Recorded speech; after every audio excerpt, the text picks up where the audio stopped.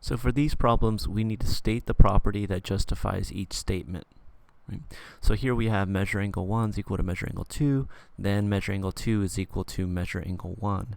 Now we would need to remember that measure angle 1 refers to the number of degrees. So this is a number. Measure angle 2 is also a number, right?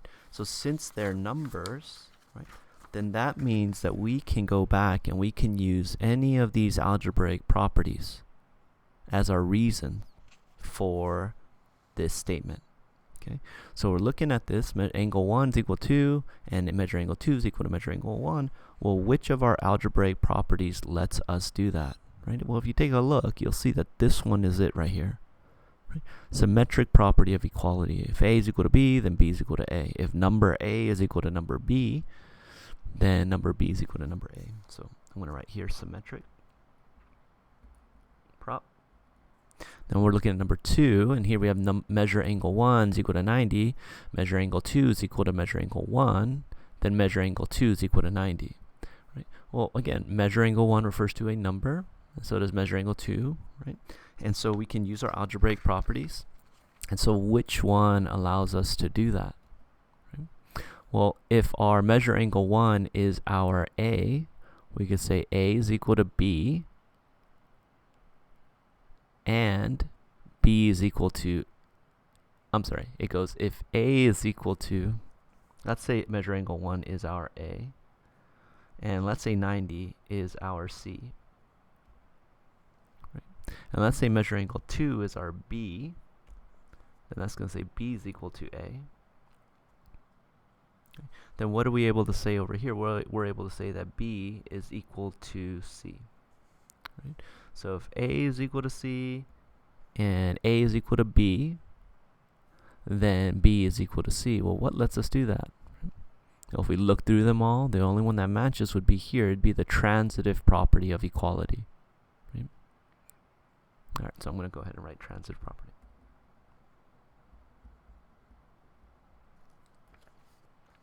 All right, so now we're looking at our next one, and here we notice that we have AB, but there's no line over it. Right? So we're talking about measure of line segment AB, a number, is equal to the measure of line segment RS, another number. Number equals number, right? And if RS is equal to WY, then AB is equal to WY.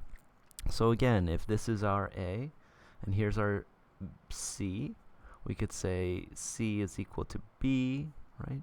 Then what can we say? We could say that A is equal to B.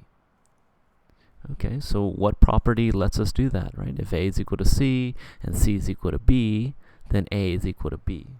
Well, if we look through our properties, you'll see that it's, again, our transitive property, right? So let's go ahead and write trans property there. Next, we have measure of line segment AB is equal to measure of line segment CD. Then 1/2 times the measure of line segment AB is equal to 1/2 the measure of line segment CD. Right? So what lets us do that? What algebraic property allows us to multiply both sides of an equation by the same number? Well, we should know this. This is multiplicative property. So I'm going to say multiprop. And then for line number 5, it's measure of 1 plus the measure of 2 is equal to 110. And measure of 2 is equal to measure of 3. Then what are we doing now? We're substituting what M2 is equal to, M3, in our first equation.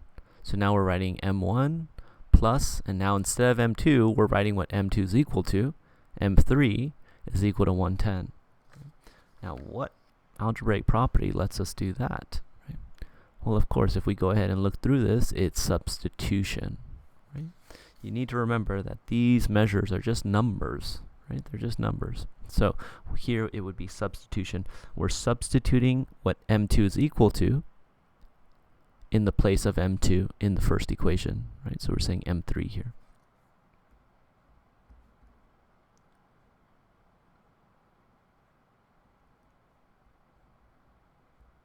So substitution property. And then here we have RS is equal to RS. A measure of line segment RS is equal to measure of line segment RS. And what lets us do that here? Well, we look through, and it's going to be this one. It's our reflexive property of equality. So let's go ahead and say reflect property. Now we're moving on to 7. If segment A is equal to measure of line segment RS, and a measure of line segment TU is equal to the measure of line segment WY, then AB plus TU is equal to RS plus WY. So it lets us do that. Right?